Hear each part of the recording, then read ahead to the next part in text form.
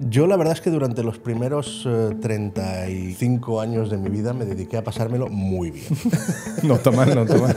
¿Qué es lo que te llevó a Omán? Fui a Omán con una beca del ICEX a trabajar en la Oficina Económica y Comercial de la Embajada Española. Yo siempre digo que a mí Omán y el mundo árabe en general me hizo mejor persona. España, Omán, Saudi. Son países tremendamente distintos, pero al mismo tiempo muy parecidos. Hay como una base subyacente de la misma cultura y eso se nota. Gente de mi familia me pregunta, oye, pero a ti, ¿por qué te gusta Dubái? Todos mis amigos cuando vienen a verme dicen, ¿pero qué haces, tío? ¿Por qué dejas tu cartera y tu teléfono en la mesa mientras vas a pedir? ¿Pero tú estás loco? Digo, no, es que aquí reservamos la mesa poniendo el teléfono y la cartera. Y la cartera con dinero.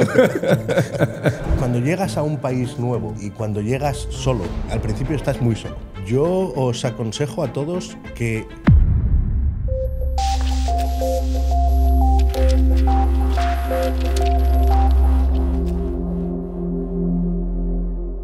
Muy buenas a todos y bienvenidos a otro episodio de Al otro lado del dinero. Hoy tenemos con nosotros a un invitado muy especial para mí. Es un gran amigo mío.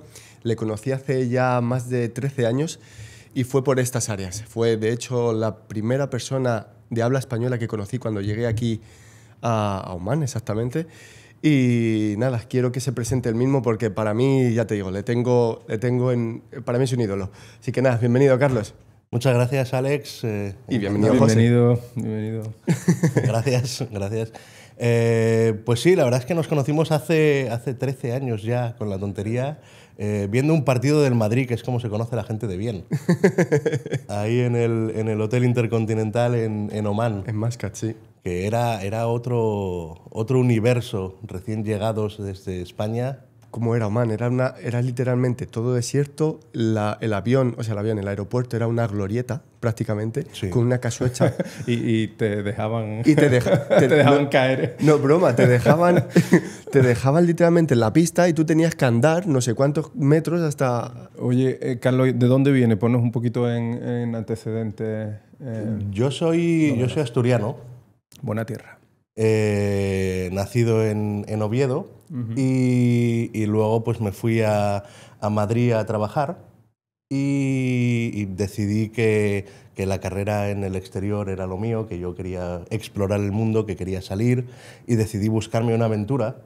Y nunca olvidaré precisamente ese aeropuerto, aterrizar en el aeropuerto de Omán un 2 de octubre a eso de las 5 de la mañana, con 40 grados, aproximadamente un 95% de humedad. La humedad era... Recuerdo llegar y ver a un montón de gente descalza, gritos, y recuerdo decirme a mí mismo, ¿no querías una aventura? ¡Toma aventura! Pues toma 2 tapas. No está mal para empezar. ¿Eso con qué edad más o menos? Eso fue cuando yo tenía 27 años. ¿Qué es lo que te llevó a Omán? O sea, ¿qué hiciste? ¿Qué hacías en Omán? ¿Qué dijo algo dentro de ti? Pues yo me voy a lo más profundo de Medio Oriente. Pues es una historia muy curiosa. Es que a mí me gusta mucho leer. Y yo llevo leyendo libros de historia y de espías y de acción y de un montón de cosas desde que era pequeño. Y recuerdo leer un libro de José Luis Corral Lafuente, que a todos aquellos a los que les guste la historia les recomiendo el autor, que hablaba de lo avanzada que era la sociedad, el mundo árabe español, allá por el siglo XI, y recuerdo quedarme boquiabierto. Y luego leer El médico de Noah Gordon. Uh-huh. y ¿Hay quedarme... una película de eso también? Sí, hay una película que además está bastante bien. Sí. Y recuerdo quedarme muy sorprendido de que cuando nosotros, pues en aquella época estábamos poco menos que durmiendo con los caballos y los cerdos, esta gente pues era capaz de hacer ingenios mecánicos, fuentes, operaciones de cataratas. Sin ningún tipo de motor, obviamente. Exacto. Era solo con la fuerza de la gravedad y demás. Y bombas hidráulicas y neumáticas. Y entonces dije, joder, esta civilización es fascinante.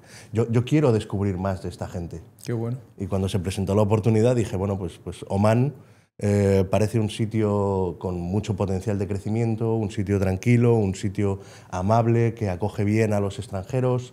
Yo me hice un macro Excel antes de decidirme por Omán, en el que puse todos los sitios en los que estaba interesado y un montón de factores. Tal, y ganó Omán, mira. Y al final pues el ganador fue Omán y me fui a Omán. ¿Y a qué fuiste a Omán? O sea, bueno, yo lo sé, pero para que lo sepa la gente. O sea, Fui a Omán con una beca del ICEX a trabajar en la Oficina Económica y Comercial de la Embajada Española, que esencialmente es para promover el comercio internacional entre España y el país de destino. Entonces ahí lo que hacíamos era acoger a empresas españolas que venían y igual que yo estaba más perdido que un pulpo en un garaje al principio, pues guiarlos, explicarles, llevarles a diferentes reuniones, presentarles a la gente clave, llevarlos a la Cámara de Comercio, darles una introducción acerca de la cultura del país y de cómo hacer negocios con el país y entonces pues facilitar un poco el comercio internacional para desarrollar las exportaciones españolas. Y esa primera toma de contacto, entiendo que vienes con inglés, con idioma, pero ¿cómo es un poco esa llegada a un país que obviamente no es el tuyo, ese aterrizaje? Y ese choque, porque de España... Ese choque cultural, bueno, cuéntanos un poquillo cómo te adaptas, ese proceso de adaptación. Pues la verdad es que fue mucho más fácil de lo que esperaba, porque yo caí de pie, pero caí de pie. Todo el mundo hablaba más o menos algo de inglés y a mí se me dan bastante bien los idiomas, entonces pude adquirir un nivel básico de árabe que luego, porque hemos estado siempre a tope, no he llegado a alcanzar un nivel profesional de árabe, pero sí suficiente como para comunicarme. Y los omaníes son la gente más amable que he conocido en mi vida. Sí que es verdad que son muy humbles, o sea, son muy humildes y son muy amables. Yo siempre digo que a mí Omán en particular y el mundo árabe en general me hizo mejor persona. Porque fue como llegar de la gran ciudad, que no es que Oviedo sea una gran ciudad, pero ciertamente Madrid lo es, y fue como llegar de la gran ciudad al pueblo. Y entonces yo recuerdo, cuando yo llegué, esto a nuestros oyentes más jóvenes les va a sonar antediluviano, pero no había Google Maps. De hecho, en Omán, aquí, o sea, sí que había Google Maps en España, pero en Omán no funcionaba. Era el puntito, o sea, tú veías el Google Maps y no funcionaba. Tú veías un puntito desde el satélite, digamos, que ibas siguiendo, pero no veías el Google, ¿sabes? Y entonces yo me perdía constantemente, porque además en Omán se da una cosa muy curiosa y es que los nombres de las calles están escritos correctamente en árabe, pero la traducción yo creo que cada día la ha hecho una persona. Entonces, es verdad. Cuando tenías que ir al Juer, pues si eras capaz de leerlo en árabe, que yo no era capaz de leerlo a esa velocidad en el coche, iba bien. Entonces lo tenías que leer en inglés. Y unas veces al Juer estaba escrito como al Cuer. Pero a lo que quiere decir, pero ¿vale? otras en J. Exacto, igual que Matra, igual que... o sea, era como si aquí en Dubái, en unos carteles te pone Dubai, en otros te pone Dabai, en otros Dubai, cosas así, pero en Omán. Imagínate, y cuando llegas hace 13, 14 años que no había Maps, ni había leche, no había Waze, no había nada. De hecho, íbamos con teléfonos normales, ¿sabes? Sí. Y entonces, claro, yo llegaba a la intersección y decía, no, este no es el jugar al que voy, yo voy a jugar, no voy a jugar. Entonces, me perdía constantemente y muchas veces tuve que parar a pedir información y siempre se montaba alguien conmigo, me llevaba... Eso del autostop era como en España en los años 50 o 60 o 70. Exacto. O sea, la gente te recogía, la gente se paraba, la gente... Cuando se hacía el famoso refrán de preguntando se llega a Roma, íbamos preguntando a todos sitios y si no me equivoco, Man sigue igual, de todas maneras, ¿eh? Sí, yo voy más o menos cada 3, 4 semanas ahora y hombre, hay cambios. De hecho, la casa en la que vivía ahora es una clínica cardíaca. Que veo un buen cambio, por cierto. Sí, es un buen cambio. Pero ha mejorado Omán, las infraestructuras están muy bien, pero aún se nota esa cercanía, esa tranquilidad, ese nivel de vida más relajado. Es que no hay esos edificios, ni hay... Sí, allí en Omán si tú trabajas o trabajas con ellos es Bukra Inshallah, Mafi Muskila, que significa mañana, si Dios quiere, no hay problema. Y tranquilito. Y tranquilito porque no hay prisa ni hay nada. Y al principio te desesperas porque tú vas a otro ritmo de ciudad, o sea, es totalmente el lado opuesto de Dubái. De Dubái. El Dubái es ni bucra, ensalada ni leches, es ya. Corre, que lo hace otro mejor que tú rápidamente. Inmediatamente tienes que hacerlo todo. Allí no. Allí tienen el entendimiento de que, oye, el trabajo va a seguir ahí mañana, no pasa nada si te tomas 3 horas de lunch y luego te de relax. Es así, es literalmente así. Bueno, ¿y cómo ese proceso conoces Dubái? ¿Cuándo llega Dubái un poco a tu vida? Al final yo era parte del grupo de los becarios del ICEX. Ajá. Entonces, claro, yo me vine a Omán, pero tenía 5 compañeros que se vinieron a Dubái. Y entonces, como éramos los que estábamos cerca, pues hablábamos y ellos se vinieron a pasar unos días. Yo creo que fue UNID. Y nos fuimos ahí de exploración, yo les todos llevé a los dar wadis, vueltas y tal. Exacto. Que por cierto es más que recomendable ir a Omán a ver todos los wadis. La gente se piensa que Omán es nada, pero en realidad sí que hay muchas cosas que ver, sobre todo cosas naturales. Ajá. El desierto, que es espectacular, mucho mejor que el de aquí de Dubái o Emiratos. Sí, porque en el desierto, cuando vas de acampada al desierto, a Sharquilla, no hay luz. Entonces yo recuerdo salir de la tienda, mirar hacia arriba y decir... Que ves la Vía Láctea, o sea, es acojonante. Y además, como está cubierto, digamos, Omán es todo costa, ¿vale? En la costa es donde están todas las ciudades y luego isofacto está la montaña, ¿vale? Por eso, de hecho, es todo desierto detrás, porque la humedad se queda ahí y no llega.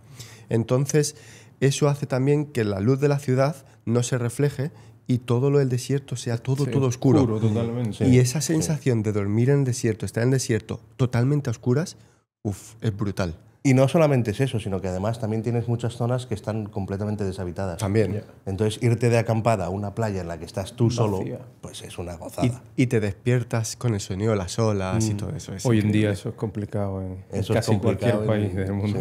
Sí. El mundo se está llenando. Se está llenando. Cada vez somos más. Sí. Total. Y entonces, pues eso, Omán tiene un montón de cosas. Puedes ir a bucear, puedes hacer montañismo, puedes ir al desierto, puedes hacer conducción de pista, tiene un montón de opciones y te lo pasas muy bien y además es fácil hacerte amigo de los locales. Ajá. No tiene más cojones. Es que muchos. Yeah. Mucho más que nosotros. Totalmente diferente aquí, un poco. Aquí es más difícil encontrarlos. Una vez los encuentras, te metes en su mundo y eso, a lo mejor, depende con quién pilles, pero la verdad es que los locales en sí, como norma general, son demasiado... O sea, te dan demasiado, quiero decir, ¿sabes? Son buenas personas.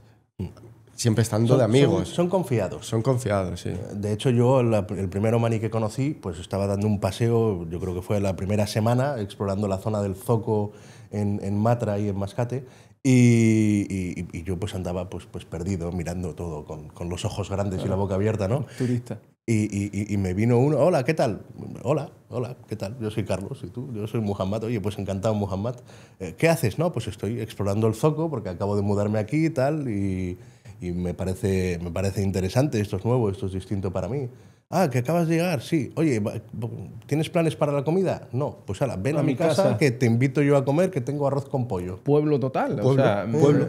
Al final es esa cultura. Exacto, y lo que era España antiguamente, Eso es, porque hoy en día yo creo que ya no es así. No puedes hacer eso. Claro, pues, a ver a quién metes en casa. ¿Quién invita a alguien por la calle en casa en España? Que da miedo. ¿Sabes? Sí. Da miedo salir a la calle contra más llevártelo, meter la calle a tu casa, ¿no? a tu casa, ¿sabes? Es complicado. Sí, pero es una pena y eso en gran parte es algo de lo que me atrae por esta zona, que la gente se fían unos de otros. No sé, a lo mejor es la policía que se toma su trabajo en serio, a lo mejor es que las leyes están bien hechas, a lo mejor es que el sistema judicial funciona más rápido y no hay tanta posibilidad de yo creo que es un poquito de todo eso. Un poquito de todo. Si al final la clave no hay que pensar mucho, es como tú acabas de decir, hacer las cosas bien y que haya respeto, que haya unas leyes que se cumplan y al final de la opción al ciudadano esté tranquilo. El problema es cuando, como estamos viviendo en España, las leyes no se respetan, el que viene no respeta tu cultura, no respeta tus tradiciones, no respeta nada y bueno, y todo se mezcla y al final se vuelve un sitio difícil. Volvemos a lo mismo, al final la educación es lo que... Totalmente. Es la base de la cultura. No sé si es la educación, porque nosotros llegamos los tres, llegamos aquí a Dubái y no teníamos una educación pero es que nuestra educación, árabe. Pero no por el mundo árabe, es que nuestra educación es... por lo menos lo que me han inculcado mis padres es respeto a los demás, trabajo duro y no liarla, punto. Entonces, es básicamente la educación que se tiene que tener alrededor del mundo y lo que encontramos en países como Dubái, como Omán, que Respeto. tú vas, que es respeto por el prójimo, ya está. No vas a ir a hacer pintadas a la pared, no vas a ir a destrozar el coche del vecino, no vas a ir a robar, ¿sabes? Yo he estado en estos países y nunca me pasó nada, igual que a ti, igual que a ti. No, al revés. Al Ahí revés, está más la seguro. falsa sensación de que te puede pasar cualquier cosa o que la llamada dictadura juega en tu contra, pero cuando estás aquí es todo lo contrario.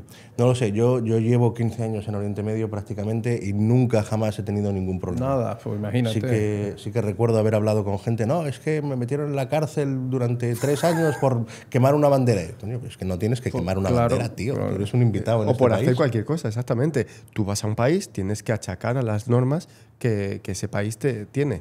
No vayas a hacer lo que... Digamos que mientras respetes y mientras sepas comportarte con educación, pues en 15 años no tienes ningún problema, absolutamente. El problema es cuando en tu país, incluso haciendo las cosas bien, vas por la calle y te encuentras a personas que bueno, porque no respetan y que al final tienes que meterte en follones, tío, y tienes problemas, ¿sabes? ¿Cuál es el cambio que más viste, ahora que estaba hablando José, cuál es el cambio más radical que has visto tú entre España, Omán, Saudi Arabia, quiero decir, Saudi y Emiratos? Son países tremendamente distintos, pero al mismo tiempo muy parecidos. O sea, yo me acuerdo llegar de España a Omán o luego ir a Arabia Saudí y pensar en una reunión de trabajo que llegas a presentar tus productos en una venta y te dicen, no, espera, siéntate, tómate un café conmigo. Claro. Te voy a dar un cigarrillo, cuéntame quién eres, cuéntame de dónde vienes, cuál es tu historia, con quién has trabajado que yo pueda conocer, cómo puedo fiarme yo de que tu producto tiene esa calidad, vamos a conocernos y luego ya hablamos de negocio. Yeah. Y entonces, claro, eso es muy parecido a la manera en la que nosotros hacemos las cosas en España, Sí. donde realmente se desarrolla una relación profesional entre el cliente y el suministrador o el vendedor, que en el norte de Europa las cosas son totalmente distintas. Tú vas ahí, hola, ¿qué tal? Este es mi producto, este es mi precio. ¿Lo quieres? Fenomenal, gracias, ya te diré. Y te lo dice alguien que ha estado en el norte de Europa. Entonces, hay como una línea, una base subyacente de la misma cultura que nosotros tuvimos pues, durante los 800 años que tuvimos a la cultura árabe en España. Y eso se nota en las expresiones, se nota en la manera de ser, se nota en la manera de entender la vida, pero al mismo tiempo es completamente distinto, porque una cosa que te das cuenta es que en el mundo árabe en general la gente tiene unos valores que respeta de una manera mucho más fuerte que la que tenemos en Europa.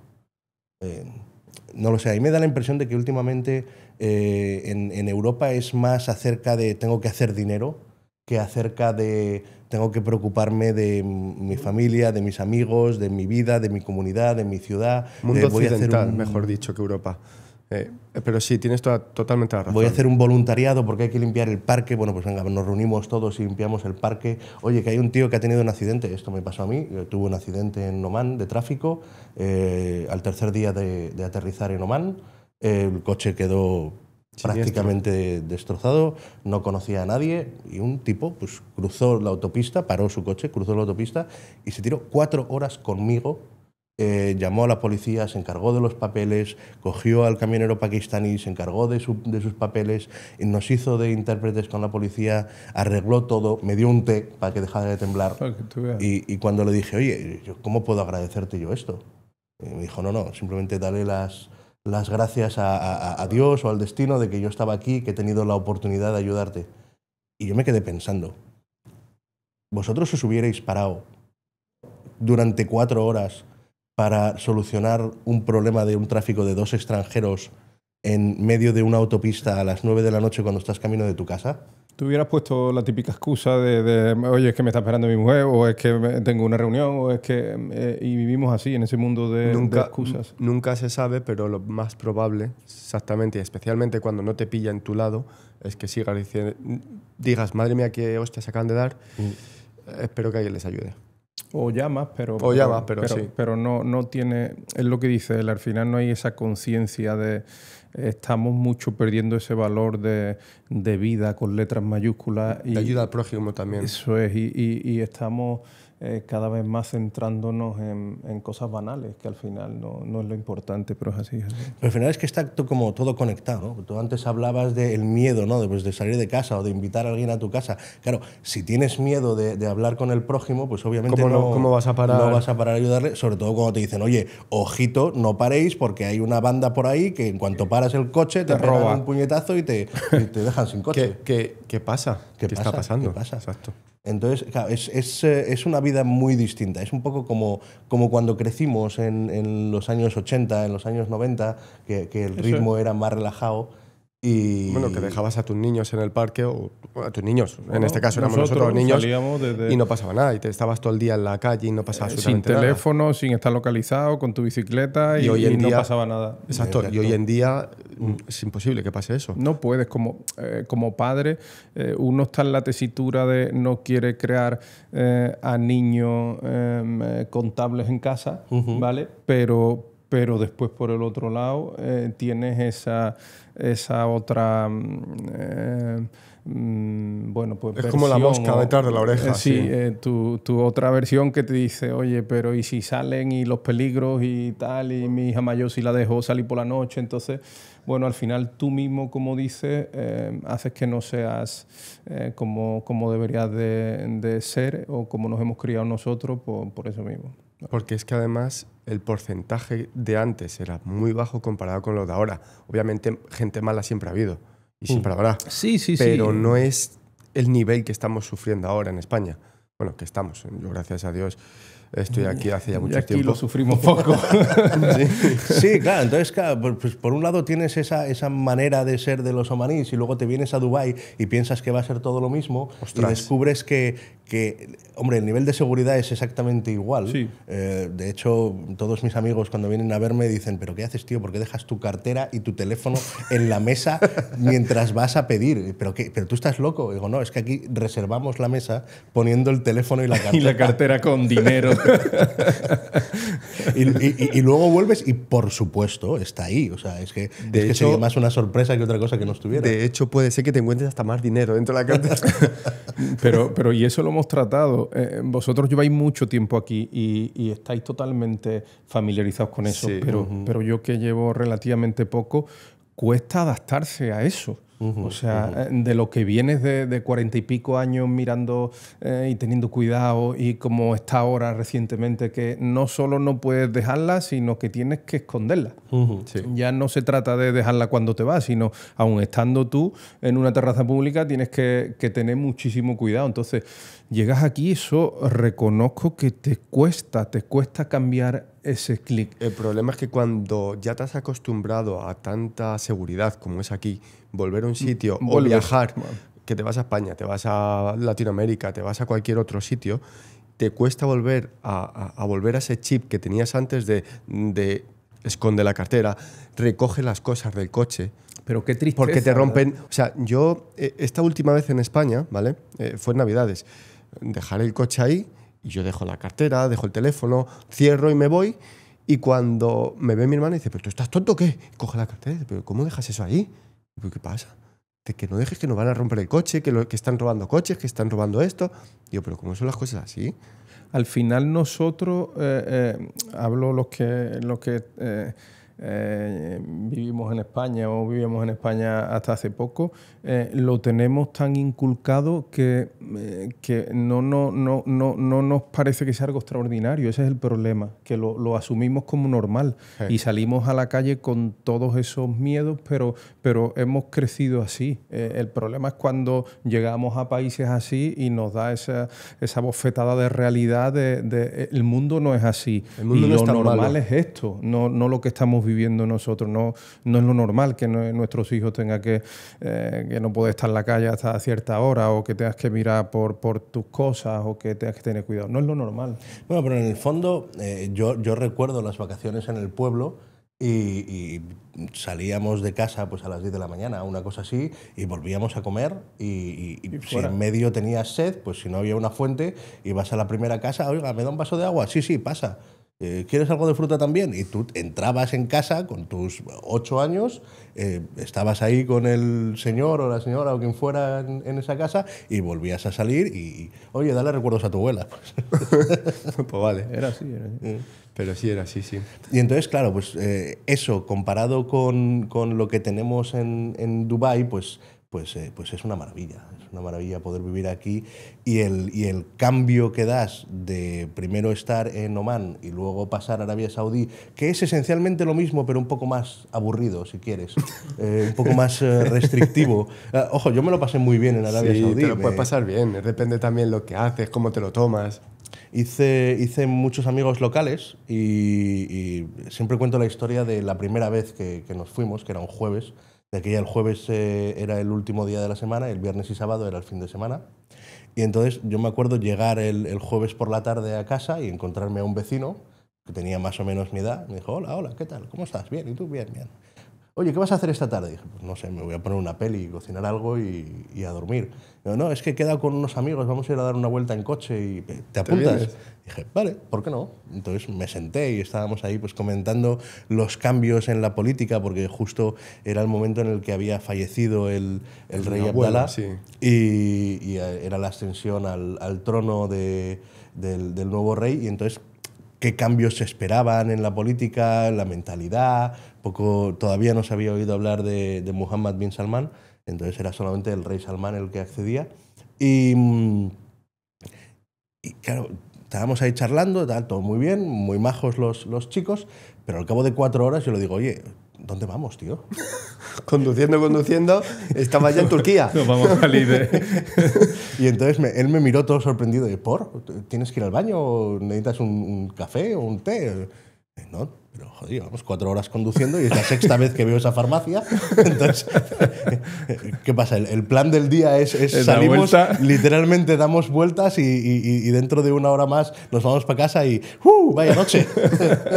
Pero es que es así. Sí. Sí. Luego sí que hicimos un montón de planes, ¿no? Nos fuimos de barbacoa al desierto, de acampada, nos fuimos a ver diferentes zonas distintas, pueblos y tal, pero aquella noche yo la recordaré siempre porque el tío me ofreció ir a dar una vuelta y literalmente lo que hicimos fue dar vueltas. Dar vueltas como tonto. Pero sí, es verdad que la cultura esta es de dar vueltas, bueno, sobre todo, digamos, cuando nosotros llegamos, que había incluso menos cosas que hacer que ahora, y es coger el coche y darte vueltas. Y yo me acuerdo, ¿te acuerdas cuando estábamos en Omán, que estaba la calle esta de Street of Love? Sí, claro. Que era una calle, ¿vale? Enfrente de la playa, entre... ¿cómo se llamaba? Está en Shati. Shati al-Kurum. Shati al-Kurum y Shati. Sí. Y era un puente, digamos, y entonces los jóvenes, porque el fin de semana antes no era sábado-domingo, era jueves-viernes. Jueves y viernes cuando llegamos. Llegamos. Entonces, jueves era como sábado, viernes era como nuestro domingo. Entonces, la gente el miércoles por la noche y el jueves por la noche era la leche, ¿sabes? Salían, no sé qué, había un ambiente increíble. Entonces, tú salías por esa calle y estaban los chicos y las chicas yendo para un lado y para otro. Todos los cristales negros, ¿vale? Y se tiraban papelitos con el número de teléfono. Sí. O con, ¿cómo se llama? Con la BlackBerry esa, con el Bluetooth ese. Sí. Pues hacían eso y entonces se ponían a chatearse y yo me descojonaba con porque era, mira cómo ligan, pues claro, no lo podían hacer en frente a público. No se podían hablar. Tirabas un papel y si una chica lo recogía, pues oye, a lo mejor pues tiene suerte. Que habías ligado esta noche. Y así ligaban y había caravanas de horas en ese sitio. Sí. Alguna noche nos pasamos tú y yo ahí tirando papelitos. alguna hemos hecho cabra, sí. Oye, y ahora que habláis de vosotros, ¿cómo os conocéis? ¿Cómo dices que en un partido, pero háblanos un poquillo de esa relación con Ale, cómo ha ido? Pues, claro, cuando llegas a un país nuevo y cuando llegas solo, al principio estás muy solo. Y yo creo que como que te abres más, abres ¿no? un montón. Porque a lo mejor Carlos y yo en España podríamos haber sido amigos. Sí, podríamos haber sido conocidos. Pero no este nivel de amistad, ¿sabes? Porque es verdad que además cuando llegas a Omán, la gente viene y se va, o a Dubái mismo, ¿eh? La gente viene y se va, viene y se va, viene y se va. Pero allí, cuando conoces a alguien verdadero, ¿sabes? Que no es un fantoche ni nada de eso, como que haces esa conexión, ¿sabes? Y dices, para mí, para siempre. Sí, además es que yo creo que en particular los españoles o los mediterráneos necesitamos esa conexión. Sí. Porque a lo mejor gente del norte de Europa, y bueno, mi mujer es sueca, por lo tanto algo conoce, sé, algo sabe. sí necesitan socializar, pero no es una necesidad básica como para nosotros. Nosotros necesitamos ese sentido de tener amigos, de salir, de estar juntos, aunque no hagamos nada, pero es una de ¿qué haces? Nada. ¿Y tú? Como Tampoco. los gatos, ¿no? Pues vamos a no hacer nada, pero juntos. Pero juntos. Y entonces, pues claro, cuando no estaba trabajando yo me dedicaba a dar vueltas, a salir, a hablar con gente y un día me dijo un chico que vivía en mi mismo edificio, oye, que hay un partido del Madrid. Vamos a ver el partido del Madrid, que seguro que hay... No, españoles. era el egipcio, ¿no? Era... Majid. No, era el capitán. Era el capi. Vale, verdad. Y entonces nos fuimos los dos al hotel a ver el partido y tomarnos una cervecita, que cuando estás a 40 grados entra que es cosa fina. Y ahí estaba Alex y otro chaval que se llama David y hicimos piña instantáneamente. Bueno, otro chaval. ¿Español? Sí, español. Español. Él vino con su familia, David vino, Sí. que era ingeniero, bueno, es ingeniero, y le conocí pues, jugando a fútbol con Omanis, y ahí. Qué bueno. Y entonces ahí empezamos a hablar, oye, ¿dónde vives? No, pues vivimos cerca, venga, va, pues mañana cuando terminemos de trabajar quedamos y vamos a hacer cosas. Y luego empezamos, oye, los fines de semana. No, que ¿dónde vas? No, pues he oído hablar de este wadi que está muy chulo, venga, va, pues cogemos el coche y vamos, hacemos el wadi Y eso- y a explorar Omán. Y eso fue, yo creo que lo mejor, porque encuentras a alguien con tu más o menos tus mismas Afinidad. que no es de estar en casa, que es de explorar, ¿sabes?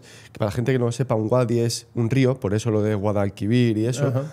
Y en Omán hay mucha naturaleza, ¿sabes? Que sí, que mucha seca, pero también hay muchos ríos y eso. Y es Y entonces lo que espectacular. haces en estos wadis pues es esencialmente lo recorres de principio a fin, te pegas un baño y de nuevo volvemos al tema de la seguridad. Claro, cuando llegas a la parte en la que tienes que seguir nadando, pues dejas tu bolsa ahí Con todo. absoluta Pero tranquilidad. escucha, con todo, ¿eh? Con todo, las llaves del coche, la cartera, que tu coche está ahí y luego tienes pues a lo mejor 150 kilómetros hasta volver a Mascate, por lo tanto como se lleven el coche te la lían. Y encima tú cuando entras en un wadi, ¿vale? Que digamos que el wadi desemboca o empezaban los wadis prácticamente en el mar, ¿vale? Y es seco. Entonces tú dejas ahí todo y a lo mejor tienes que ir andando 4, 5, 6 horas, ¿sabes? Y luego otra vez la vuelta. Y eso es lo que hacíamos. Dejábamos las cosas ahí y luego suerte si están 10 horas o 12 horas después, ¿sabes? Y entonces, pues claro, a base de vernos y de hacer cosas y de tal, pues De ya, cariño, de cariño. esto se convirtió más en una relación de hermanos que otra cosa. Nos enfadamos, nos amigamos, Totalmente, como la dejamos de buena- hablar durante un tiempo, luego, oye, tú, ¿qué pasa contigo? Hace 3 meses que no sé nada de ti. Sí, pero bueno, te llamo todas las semanas, te llamo. Sí, sí. ¿Y dónde se separan esos caminos? ¿Cómo avanzáis? O sea, ¿cuál es el siguiente paso? ¿Estás en Omán y cuál es tu siguiente paso? Pues el siguiente paso fue que yo estuve en Omán algo menos de 2 años, 1 año y medio más o menos, y ahí pues empecé a trabajar para una empresa cuando se terminó la beca del ICEX, y la empresa me dijo que, oye, vente a Arabia Saudí, que tenemos ahí la oficina central de Oriente Medio y queremos que desarrolles tu trabajo ahí. Entonces yo me fui a Arabia Saudí y Alex se quedó en Omán pasándolo bien y disfrutando de la vida con magníficas experiencias. Me llamaba, ¿qué tal, tío? ¿Cómo estás? Yo, pues estoy muy aburrido porque tengo por contrato 60 horas de trabajo por semana. Y la gente se queja ahora, ¿eh? Es que macho. Ahora vamos por 30 y cuántas. 36 me parece, ¿no? Y para abajo, ¿no? Y bajando. Aquello era empezar a trabajar a las 7 y terminar a las 5 de la tarde, 6 días por semana. ¿Y no estaba Yolanda Díaz allí? No. Bueno, la verdad es que no lo sé, yo no la vi. Porque digo, yo No que creo que estaría por estuviese allí, ¿no? Ya aprendiendo, ¿no? Para después instruirnos. Para saber lo que es el trabajo duro Claro. y decir, no, hay que trabajar menos horas. Ahí está, ¿sabes? Debería Entonces estar. ahí pues tú trabajabas y luego te ibas al gimnasio y luego comías, dormías Y dormías. y repetías. y ya está. Pero al mismo tiempo, pues también te desarrollas mucho profesionalmente, porque hay mucho movimiento. Cuando sales de España o cuando sales de Europa, sí que es verdad que puedes adquirir responsabilidades mayores antes de lo que serías capaz de adquirirlas en España. Esa es muy buena porque en España normalmente llegas a un cargo importante, digamos, después de los 40 y en estos países llegas a los 20 y tantos. Después de los 40 horas, con suerte. Con suerte, pero después de los 40, después de los 50, digamos. Pero es que en estos países Carlos llegó con 27, claro, 28 años a un cargo importante. Bueno, sí, becario. Sí, no. No, pero sí que es verdad que yo entré en Arabia Saudí, ahí estuve 3 años. Entré en Arabia Saudí como recién incorporado que ha salido de una beca y salí como director comercial. Entonces, el cambio, el aprendizaje, el desarrollo que tienes durante esos años te da unas capacidades que son una maravilla, porque luego pues sí que eres mucho más resolutivo, eres mucho más rápido, entiendes mejor los problemas. Te gustan los problemas, empiezan a gustar. Al final a todo el mundo nos pagan por resolver problemas, ¿no? O sea, cuando eres un empleado, tu tarea es resolver problemas. Por lo tanto, y cuando no lo eres también. Pero sí que es verdad. Y eso es algo que en España necesitamos también, que el movimiento sea más rápido para que las personas con menos edad puedan acceder a ese tipo de oportunidades. Sí, pero el problema es complicado porque, claro, en España tienes un montón de gente que lleva muchos años en su puesto y no hay la movilidad que tienes aquí. O sea, al final, aquí, ¿por qué creces? Porque el tío viene, está 3 años y se pira.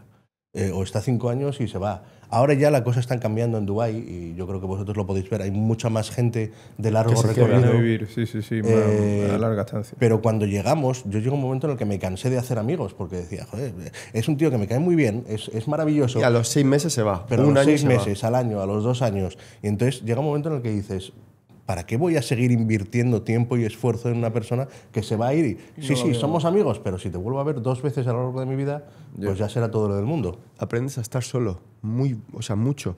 Yo te lo digo porque, yo cuando cuando me conocí, yo llevaba 6 meses solo en Oman. 6 meses. Y al principio te vuelves medio loco, pero luego ya dices, te aprendes a conocer a ti mismo, te aprendes a que lo del exterior no te importe tanto, que, ¿sabes? Hacer las cosas que a ti te gustan, entonces... Te adaptas al final a esa soledad que al final no es mala. No, es muy buena. Pero obviamente tiene su lado duro y malo, pero después es cuando mejor te conoces a ti mismo. Eso es. Y no lo pasas tan mal en los momentos malos, ¿sabes? Porque ya has tenido ese momento de soledad, ¿sabes? Entonces tienes esa corteza ya hecha. Sí, al final es un poco el cambio de punto de vista, ¿no? Porque siempre se dice, joder, que vives en Dubái, qué suerte. Pues mire, no, esto aquí no es gratis, o sea, que hay que trabajar.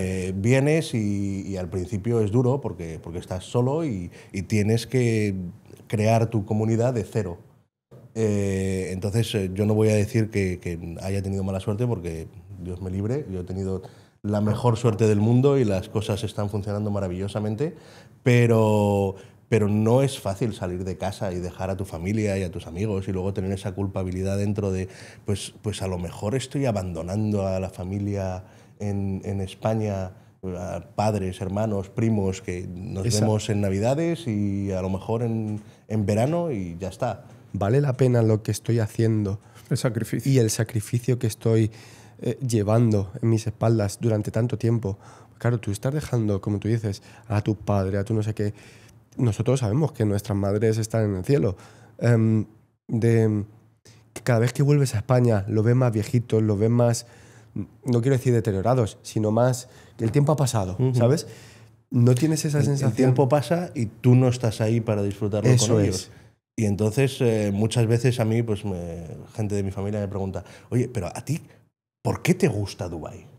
¿Tú qué tienes con esa zona para llevar ahí tanto tiempo? Y al final siempre acaba viniendo lo mismo. Digo, no se trata ni de que sea seguro, ni de las condiciones de vida, ni de los sueldos, porque al final los sueldos aquí puede que sean más altos, pero los gastos son exponencialmente más altos. Sí. Ayer me dijeron, tenemos una oferta especial, una cerveza Estela a 15 euros. Joder. Pues hombre, como oferta no es que sea gran cosa, ¿no? Pero aquí hay como una sensación de que todo el mundo quiere crecer y quiere desarrollarse y que hay un optimismo y la gente mira hacia adelante y hacia arriba y ve el futuro como algo que puede ser maravilloso y que hay que trabajar para ello. Volvemos a lo que siempre hablamos en los podcasts anteriores, y es que en este país todo el mundo aspira a un poco más. Un poco más, un poco más. ¿Por qué? Porque ves a tu vecino que lo tiene y que ha conseguido y viniendo de la nada. Entonces, incluso puedes preguntarle a tu vecino, tu amigo, que cómo lo ha hecho, cómo te puede echar una mano, cómo tal, cómo cual, y te echan una mano, de verdad. Incluso tenemos amigos locales que ellos te ayudan a seguir para arriba, ¿sabes? Sí. Cosa que en España no está pasando porque hay poco de envidia o hay que tener dinero parece un problema en España, ¿sabes? No, y que entiendo lo que dice, que al final el español medio es conformista. En el sentido de, tú lo has dicho, ya no vamos a dinero o a seguridad, o vamos a un propósito de vida, a querer crecer, a querer desarrollar algo, a mejorar ese futuro para tus hijos, para las nuevas generaciones. Y eso aquí lo notas y lo palpas. De hecho, en 40 años, 50, mira cómo menos, en 25. Ha cambiado la ciudad, ¿no? Es brutal. Entonces, esa sensación de hacer algo y estar metido en ese desarrollo es muy importante para la persona. Mira, yo no sé si el español medio es conformista o se le hace conformista, porque Sí. Es que cada vez que quieres te cortan yo recuerdo, ramita. en particular hay un par de personas con las que fui a la universidad que eran unos polvorillas, que siempre estaban teniendo ideas y teniendo proyectos. Y oye, vamos a hacer no sé qué, y vamos a hacer no sé cuánto, y vamos a montar una exhibición, y vamos a hacer una serie de conferencias, y vamos a hacer un montón de cosas. Y claro, yo me fui relativamente poco después de terminar la universidad, pero ahora cuando los veo, ¿qué tal? No, bueno, pues ahí estamos, mirando a ver si somos capaces de ahorrar para meternos en una hipoteca, pero a lo mejor de aquí a 3 o 4 años ya veremos. Y ves como que ese movimiento que estaba ahí y que es como parte de todo el mundo se ha ralentizado. El sistema te ha frenado y te ha... Es que no es la gente, porque la gente siempre... Somos 48 millones de personas. Es imposible que todo el mundo sea conformista. Al final, yo creo que el sistema o el gran jefe, digamos, es el que que cada vez que tienes una idea te la corta, o otro te la corta. Entonces, eso es lo que decía José, que te hace conformista, ¿no? Porque no te deja crecer al ritmo que tú quieres. Porque parece que tener dinero es un problema, o parece que tener ideas, o parece que tener tu propia empresa es un problema, ¿sabes? Entonces, aquí en Dubái es todo lo contrario. Aquí en Dubái es, ¿tienes una idea? Desarróllala. ¿Tienes capital? ¿No tienes capital? Búscalo, desarróllala, y ese es tu problema y hazlo, ¿sabes? En España es todo lo contrario. En España es, buscar capital es un problema, porque el gobierno te va a quitar el 50%, sino más. Tienes la idea que no te la roban. La burocracia. La burocracia y no sé qué. Y abrir una empresa y que la empresa no tenga un problema con Hacienda, que te van a investigar, y siempre hay algún problema. Siempre. Sí, la verdad es que al final estamos hablando de problemas muy complejos que hay que simplificar, pero visto desde el punto de vista de vivir en Emiratos, pues hay ciertas cosas que ellos hacen muy bien. Entonces aquí tienen la inmigración muy bien regulada. Yeah, en España la gente se puede quejar de la inmigración, pero lo cierto es que allí que puede haber un 10%, 15% de inmigrantes en España, aquí es el 90%. 90. Sí, pero está bien, porque el 90% que viene aquí de inmigrantes son gente que no solo quiere trabajar, sino que trae su capital, ¿sabes? El inmigrante que va a España, cosa que yo estoy de acuerdo a que haya inmigración, ¿vale? Pero tiene que ser una inmigración controlada y legal. De no hecho, ilegal. Es que España la necesita. Es Claro. un país que su tasa de natalidad, Exacto. que de eso nadie habla. Yo me quedo loco con eso, en el sentido que creo que, si no iba a decir el problema más importante que tiene España, tiene mucho, pero su natalidad, eso es matemática pura. O sea, vamos a un país... Vamos a desaparecer. Totalmente. Entonces, no solo es bueno esa inmigración, sino que la necesitamos. La necesitamos, pero obviamente con matices. Sí, pero claro, como hablaba yo con algunos de mis primos, yo tengo unos primos ahora que tienen 25 años, y recuerdo que escuché un podcast en el que hablaba pues que la gente que tiene ahora 25, 26, 30 años, que consideran la idea de comprar una vivienda algo absolutamente imposible. Y entonces yo les pregunté a ellos, y dije, oye, pues si esta gente está hablando en nombre de la gente, A ver si es verdad. a ver si es verdad. Y entonces fui a mi gente y dije, oye, primos, a ver, contadme, ¿esto que estoy oyendo aquí es verdad? Que os dicen, no, es que tomas demasiadas tostadas de aguacate y por eso no te puedes permitir el piso. Dice, sí, sí, eso es 100% verdad. Entonces, claro, ¿cómo va la gente a tener hijos si no se puede permitir una casa? Claro, ¿no? O sea, al final es un círculo obviamente vicioso, pero que hay que atajarlo y solucionarlo, y estamos trayendo una inmigración que no la sabemos traer, mal regulada. Entonces, necesitamos, como tú dices, atajar esos problemas que son fundamentales para España. Esa mano de obra la necesitamos, y si no, vamos a fomentar la natalidad, que no se fomenta ni, bueno, puedo poner mi caso con 5 hijos, ayuda Pero cero. tú eres un raro. Yo soy un bicho raro, totalmente. Yo en eso me he pasado totalmente. Te has pasado juego, sí. Pero es verdad, después una familia con hijos tiene cero ayuda. De hecho te ven, como ha dicho Alex, como el bicho raro que ha tenido 5 hijos. Pero ni se fomenta la natalidad, ni se regula una inmigración como aquí, que tú lo has dicho, es el 90%. Estamos todos felices. Es el 90%, estamos todos felices, pero es que no es solo eso, es que a ti se te acaba el visado y tienes un mes. Si en ese mes no encuentras, te tienes que pirar. Es que si no te piras, por cojones, luego te multan. Y cuando a la hora de salir, si no tienes dinero para pagar, a la cárcel, ¿sabes? Y te deportan. Y ya bloqueado para toda la vida. Esa es la diferencia, o la gran diferencia de hacer las cosas bien a no.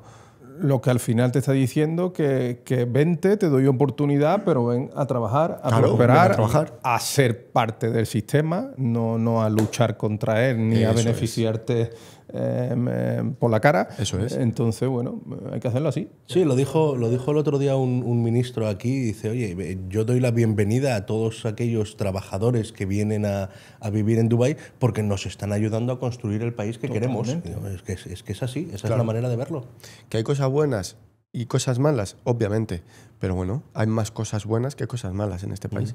Yo, cosas malas, pues bueno, pues siempre habrá algo que puedas encontrar. No a todo el mundo le puede gustar, pero, coño, nosotros vivimos bien. De hecho, todo el mundo que viene aquí y se queda es porque vive bien, o mejor que en sus países. Hombre, hay una cosa mala que es clarísima, y es que el hecho de que ahora estamos a 47 grados ahí fuera y que en cuanto sales se puede freír un huevo en tu cabeza. Totalmente. Además, a las 8 de la mañana ya estamos a 40. Está apretando así. Bueno, Carlos, vamos a meternos un poquillo en finanzas, inversiones. Háblame un poco de tu experiencia enfocada un poquito más a negocio en esta parte del mundo. Yo la verdad es que durante los primeros 35 años de mi vida me dediqué a pasármelo muy bien. No está mal, no está mal. Esa fue su inversión, ¿sabes? Inicial. Mi inversión fue en capital humano y en experiencias. Es la mejor. Me hice un pequeño fondito de ahorro. Y nada, yo estaba encantado con mi fondito de ahorro, que iba ahí subiendo pues sus 500 euros al mes, que estaba muy bien. Y de pronto un día recibí una llamada y era este sinvergüenza que me dijo, oye, tienes que comprarte un piso. Dije, perdona, ¿cómo dices? Espera, que me estás diciendo que saque mi dinero en mi fondo, que me está dando 500 euros al mes. Y me dijo, sí, mira, hay una oportunidad y aquí las muy buenas oportunidades son raras. Hay un montón de oportunidades buenas, pero las que son muy buenas son muy raras. Hicimos los números, ¿verdad? Yo saqué mi Excel.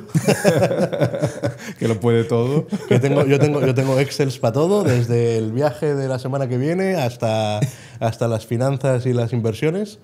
Y dije, bueno, pues sí, vale, ok, voy a estar apurado y a lo mejor el mes que viene tengo que comer arroz con un poco de tomate.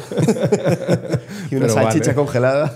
Pero claro, después de aquella, ¿qué? 10 años de conocernos, cuando te viene un amigo y te dice, oye, esto tienes que hacerlo porque es bueno para ti, y no solamente es bueno para ti, sino que además yo también lo voy a hacer. Y fuimos a la Expo, ¿vale? Porque en ese momento todas las grandes promotoras estaban en la Expo. Porque claro, era 2020 a finales, 2021. Y ¿qué hicimos? Fuimos para allá, le presenté el proyecto, tal cual. Le dije, escucha, Carlos, de verdad. De hecho, casi le puse una pistola en el pecho a él y a otros cuantos amigos. Le dije, escucha, tienes que comprar aquí por esto y esto. No solo porque yo sabía que la promotora era buena, pues ya había vivido en sus proyectos, sino porque sé que se iban a revalorizar lo que se han revalorizado hoy, que han sido más de un 40%. Y todavía no se han entregado. Ojo, un 40% en 3 años antes de que se entregue el piso, que de hecho nos lo entregan dentro de un mes unos meses, y nos mudaremos, ya os avisaré para la inauguración, la cremallera, la apertura del piso. Y en ese momento que estábamos allí, ¿vale? Fuimos a hacer la reserva y dije, ¿qué cojones? Le estoy convenciendo a él para comprar y yo, ¿por qué no me compro? Y yo no. Y dije, pues ponme a mí otro. Como el que pide una caña. Como ¿no? Y porque se puede, además, gracias a Dios, yo conozco muy bien al director y al CEO de esta empresa, de esta promotora, y yo no tenía dinero para comprar un piso, no tenía dinero. Entonces yo le pagué 10.000 euros, ¿sabes? Que era lo único prácticamente que tenía, más un poquito más. Y pues ahí peleando una cosa, otra, luchando. Ese 30% que tenía que haber puesto al principio, lo puse en 2 años y algo. Sí, yo negocié con ellos y les dije, oye, mira, no da, no. Aquí no hay suficiente para poner el 30% por adelantado, pero bueno, si hacemos un plan de financiación sí se puede poner. Eso es. Y la verdad es que luego me leí las condiciones y hay una cosa muy importante cuando se invierte en real estate en Dubái, que es que, claro, como españoles, las condiciones que nos ponen aquí no tienen nada que ver. Son un desastre. O sea, prácticamente estás en sus manos. Entonces tienes que confiar en alguien que conozca muy bien a qué promotora vas. Porque si te vas a alguna de las promotoras que no son de las buenas, pues tienes retrasos y los retrasos te los comes.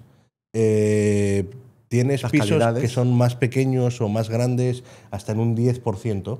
Y coño, un 10% cuando estás hablando de un piso, pues un piso de 110 a un piso de 90 metros cuadrados, pues no es lo mismo. Es mucha tela. Tienes diferentes calidades, tienes problemas, tienes humedades y de acuerdo con el contrato que firmas, eso es tu problema. Casi vendes tu alma. Y ahora, si no pagas, pierdes todo lo que has pagado. Entonces tienes que contar con alguien que te asesore muy, muy claramente y que sepa cómo navegar en esto, porque si vienes de cero, honestamente, yo la primera vez que leí el contrato dije, tú estás tonto. No, ¿quién lo firme? no quería firmarlo. Claro, no me extraña. Que es normal. Me senté con ellos 4 veces a negociar. Oye, yo esto no lo puedo firmar. Porque además Carlos es abogado, ¿sabes? Y es de los, cosa que veo bien, que es de los que se leen el contrato donde pone de Carlos hasta el punto 0, ¿sabes? Y, como claro, buen abogado. Como buen abogado. Más de una vez he estado en alguna tienda de esta de firmando el contrato de teléfono y el tío, firma aquí. Sí, voy. Tranquilo. Eso que el 99% no nos leemos, ¿sabes? Firma Acepto. aquí. Y antes que diga firma aquí, ya tú has firmado tú. Que lo Toma que el papel de vuelta. Como aquello, ¿cuál es la mentira más contada del mundo? He leído y acepto los términos y condiciones. Total. Bueno, profundízanos un poquito en eso que es importante para la audiencia que nos ve, en el sentido de como ha dicho antes Alejandro, esto no es fácil, ¿vale? Es un mercado que hay mucho, como nosotros llamamos vende humo, mucho... Piratilla. Sí, y sobre todo un sector con mucho intrusismo. Es fácil llegar aquí y meterte en el negocio del real estate. Cualquiera puede hacerlo, pero no cualquiera es bueno. Ahí voy, ¿vale? En el sentido de la importancia de esa persona de confianza que te acompañe, que tenga experiencia aquí, que sepa elegir promotora, zona, etcétera, etcétera. Sí, eso para mí es fundamental porque igual que este caso pues ha sido un éxito, uno de mis amigos compró un apartamento en el que él tenía la intención de irse a vivir y lleva 5 años retrasada la obra. Esperándolo. Es Diego, el del ICEX. Ese no compró conmigo, ¿eh? No, ese no compró contigo porque de aquella tú no estabas en... No estaba, ¿no? Y claro, entonces él me decía, no, oye, que es una oportunidad muy buena, tal. Yo de aquella pues acababa de llegar a Dubái prácticamente y lo miré y dije, bueno, no me convence, es demasiado grande el número de pisos es enorme, es un bloque así estilo soviético, no me gusta. Y yo, Fue en GLT, me parece, ¿puede ser? en JLT, sí. Sí, ya sé cuál dices. Todavía sigue para la obra. Sí, tío. Entonces, claro, tienes que saber seleccionar muy bien y eso tú como cliente no lo puedes hacer porque no tienes ni el tiempo ni la capacidad de conocer a todos los promotores, a todos los desarrolladores, a todas las constructoras y decir, no, pues este sí, pero este no. Para eso necesitas un experto. Y yo tuve suerte pues que el experto le conozco desde hace 15 años. Estaba en casa. El experto estaba en casa. y que no solamente tengo que ir yo a preguntarle, sino que me llama él y me dice, oye, tú, ven aquí que aquí hay una buena. De hecho, has comprado conmigo ya más de una vez.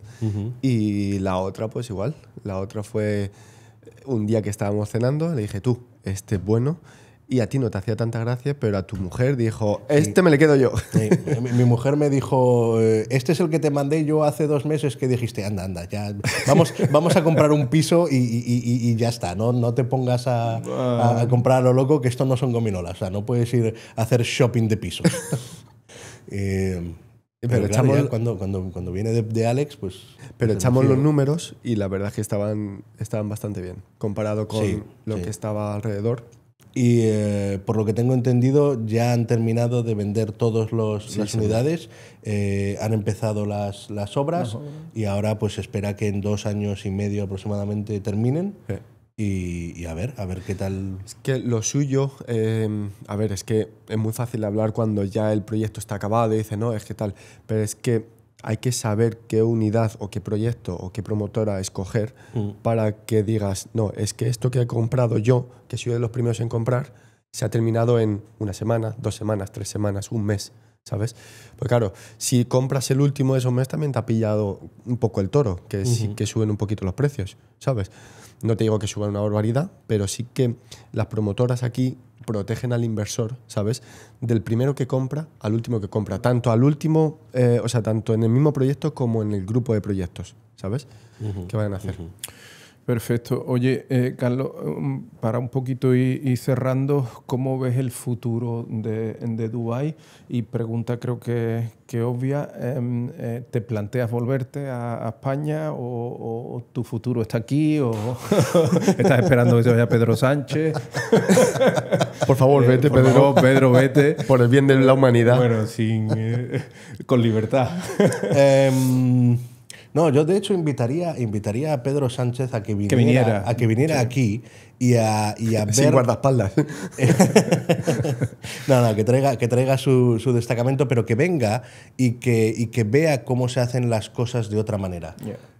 Porque hay muchas cosas que España es absolutamente maravillosa. O sea, en España tenemos una comunidad, tenemos un buen rollo, tenemos una calidad de vida, tenemos una cultura, una gastronomía, tenemos un tiempo, una manera de ser, tenemos unos paisajes naturales, tenemos un clima, tenemos unos recursos naturales y tenemos unos recursos de humanos y de capital, tenemos una inteligencia, una capacidad de abstracción y de trabajo como no hay mucha gente que la tenga. Pero hay ciertas cosas en las que se puede mejorar y ciertamente al estar fuera pues tú haces la comparativa, ¿no? Y dices, no, pues claro, estas cosas están muy bien aquí donde estoy, hay otras cosas que están mucho mejor en España, pero la verdad es que por el momento yo estoy bien aquí. Creo que Dubái tiene una gran ventaja, que es que al tener un sistema de gobierno tan estable, Esa es la clave. El problema que tenemos las democracias occidentales es que no se hacen planes estratégicos a 20, 40 años. A 4. Se hacen planes a 4 años, de los cuales en realidad tienes 2 y medio, porque luego ya te tienes que centrar en las próximas elecciones. Y en medio tienes las elecciones de las regiones, tienes las autonómicas, tienes las locales, tienes las del Parlamento Europeo. Entonces, no hay una capacidad de planificación a muy largo plazo, porque luego viene el otro partido y lo borra. Y están más preocupados en volver a salir que en hacer las cosas propias que está haciendo el gobierno, que tiene que hacer para tu país.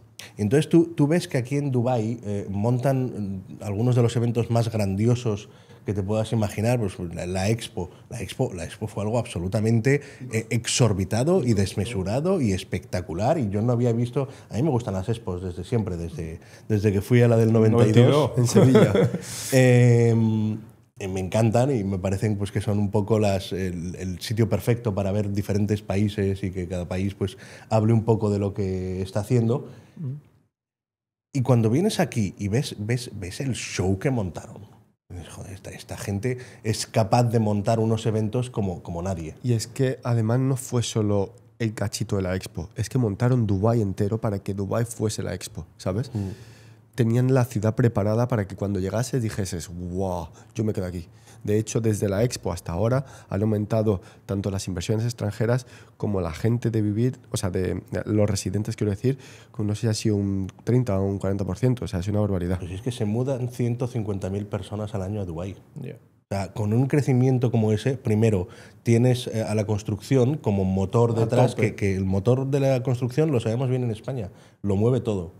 Luego tienes a la creación de empresas. Un gobierno que mira estratégicamente al futuro y que hace planes, pues eso, a 20, 40 años. Ahora mismo han creado la primera universidad en la que hay un curso completo, un grado en inteligencia artificial. Sí. Y esa universidad está participada por los chinos, que son los pioneros en inteligencia artificial, y está haciendo inversiones estratégicas en muchas áreas para el futuro. Y se lleva bien con todos los países. Y se lleva bien con todos los países, que eso es algo fundamental. De hecho, si no el primero, es el segundo mejor pasaporte de todo el mundo, ¿eh? Al final es sencillo, pero es tener un plan. Y como tú dices, ese plan lo cumplen y bueno, mientras los españoles pues vamos a votar creyéndonos que hay democracia y bueno, y así nos va. ¿Vale? Vamos a dejarlo ahí. Nada. Que una cosa más, dile a nuestra audiencia, que espero que sea más que nuestros padres y hermanos, ¿qué consejo les darías? Yo os aconsejo a todos que salgáis. Yeah. Que salgáis de España no solamente para estar fuera de España, sino para descubrir qué cosas tiene maravillosas España y qué cosas tiene maravillosas fuera. Y luego volvéis a España. Y no solamente comparáis, sino que tratáis de mejorar lo que tenemos con lo que se aprende de fuera. Eso es. Y así es como tendremos un gran fantástico. país. No se puede dar mejor consejo para terminar esta charla. Y totalmente de acuerdo. Agradecidísimo. No, el agradecido soy yo, ha sido un verdadero placer. 1000 millones de gracias. Maravilloso. Dejaremos todas tus redes y descripción y datos en la descripción y bueno, esperamos verte otra vez por aquí pronto. Cuando queráis. Se nos ha hecho corto, ¿verdad, Alex? Se nos ha hecho muy corto, la verdad que sí. Muchas gracias, chicos. Muchas gracias a todos por vernos. No olvidéis compartir este vídeo con todo el mundo, conozcáis o no conozcáis, darle un like o al corazoncito ese que tenéis ahí abajo y poner comentarios, sean buenos o malos, me da igual. Hasta la próxima.